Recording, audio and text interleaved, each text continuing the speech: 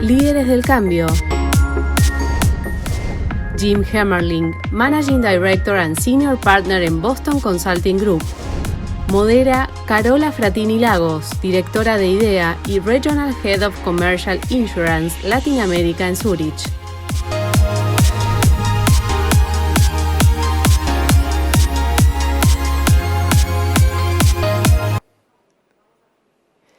So, good morning, Jim. Nice to have you here. Good morning. Thank you so much. Delightful to be here. So, thank you for waking up so early on the West Coast. My pleasure. And yes, the beach? You can see the sun is just starting to shine. Okay. So today we're going to share with you a conversation, and we're going to talk about leadership in all these challenging times that we have. And I'd like to start. Indeed. I'd like to start by looking at your thoughts on how you think managers should lead in the current world that it's changing and disruptive and everything seems moving. Yes, well, that's absolutely right. In fact, if you think about the world that we're in a world that is constantly being disrupted by changes in technology, changes in social factors, changes in economic nationalism. And as a result, companies are transforming, and transformation is hard. You can see the picture here is a number of swimmers that are swimming. And if you think about what we're asking of people in organizations, we're asking them often to reach further, to go faster, to step up, to work with new technologies that are often very frightening to people that are not familiar with them. And as if that wasn't bad enough, we used to think that transformation was something you only did one time, like a sprint.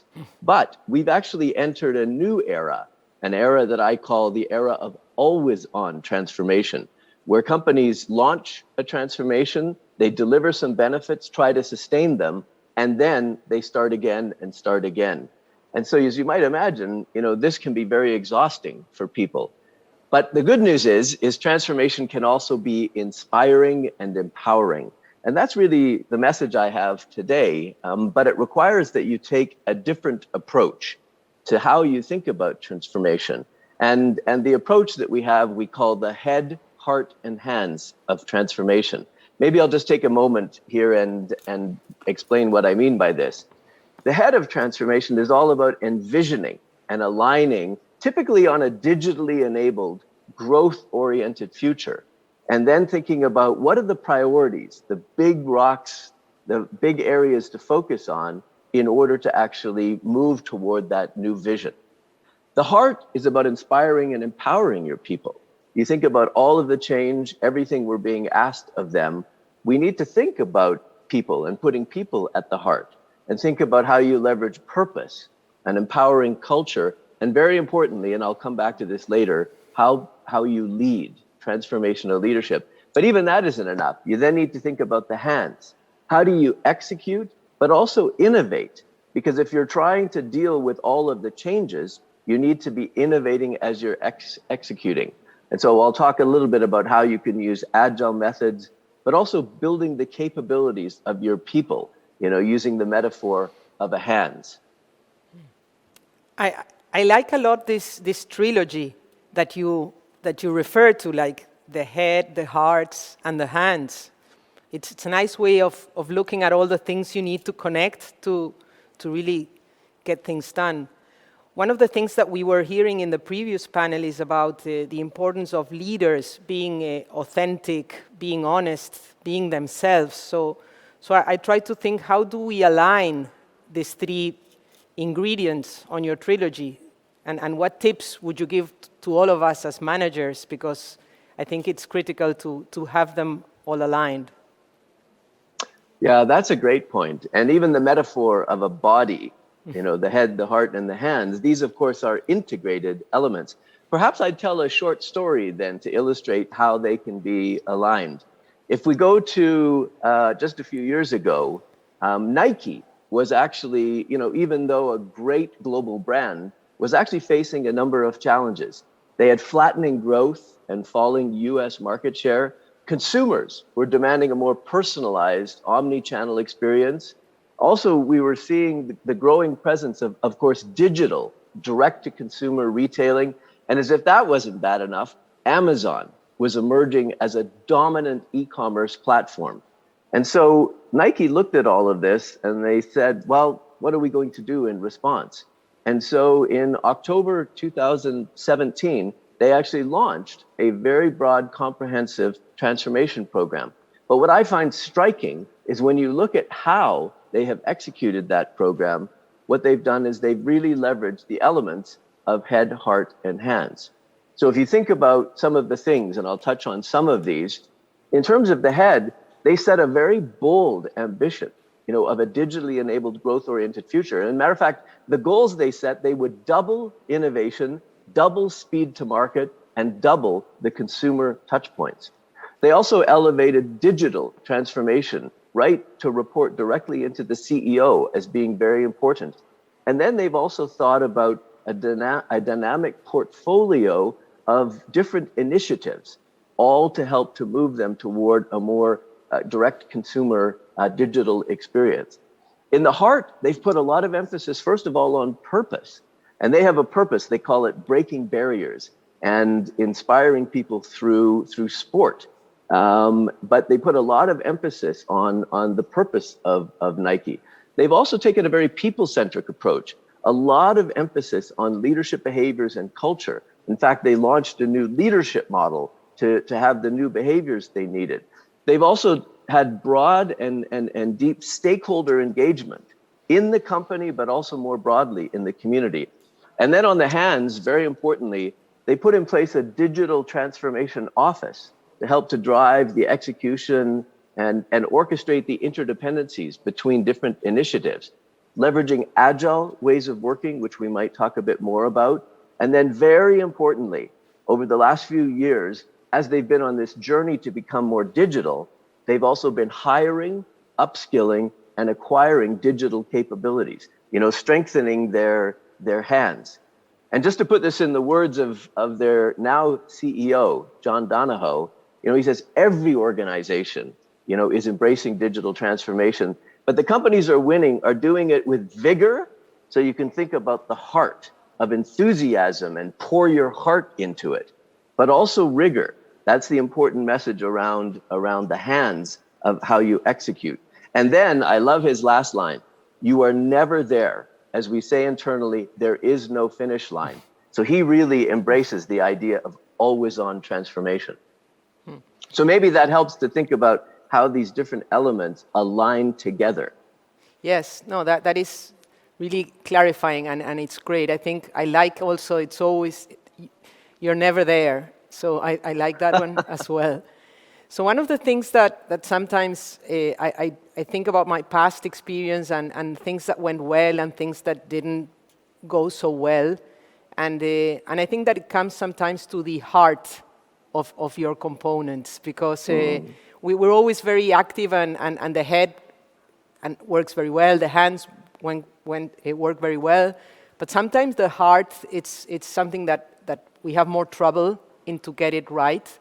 And you really need the heart into the things to be all in and really do it from the center. So how would you recommend for us or to engage with the heart for people that are not very comfortable or not very believers of all the importance of having all the parts?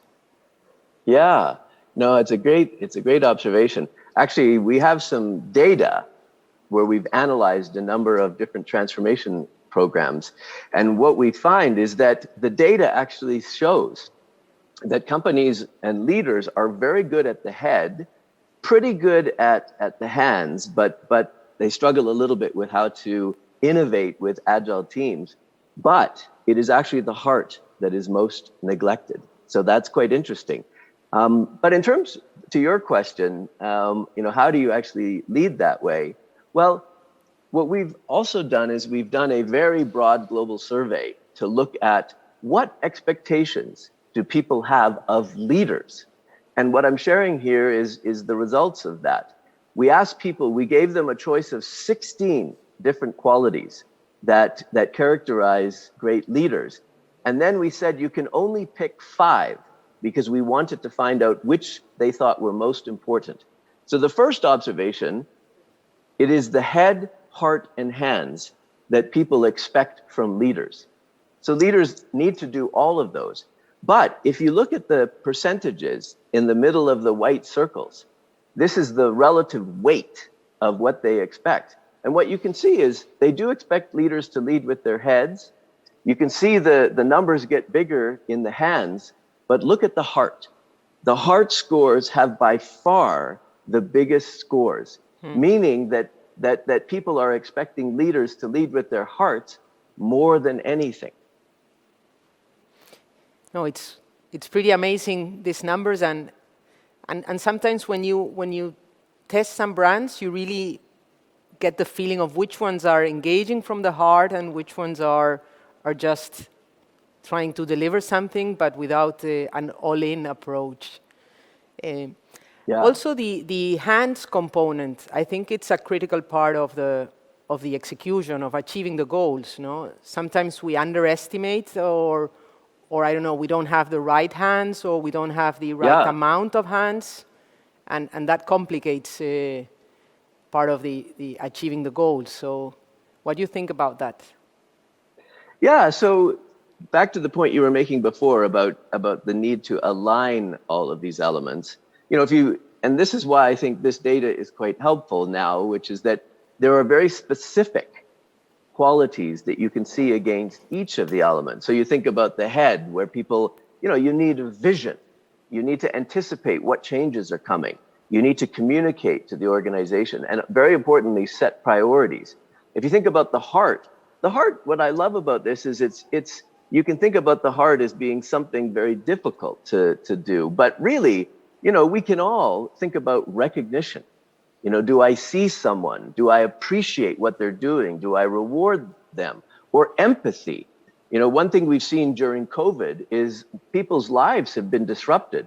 And what I love is that many leaders have intuitively said that, they need to care for the well-being of their people, the physical, emotional, and even social well-being of their people, putting yourself in someone's shoes. When you go on a call with your teams, to spend time listening, not just talking, and is the team developing in the right way? But then you asked also about the hands.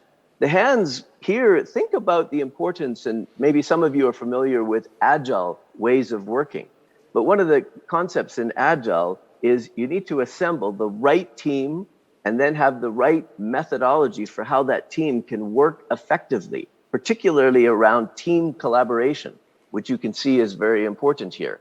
Also, role modeling. How do you role model that you're empowering the team to do their work, or adapting?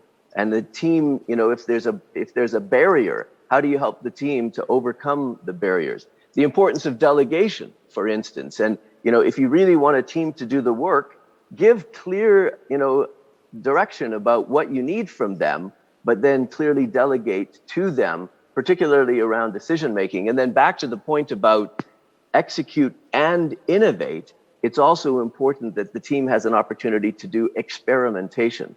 So I think this gives you a bit of a roadmap or a guide for how you can actually, as a leader, lead with your head, heart, and hands.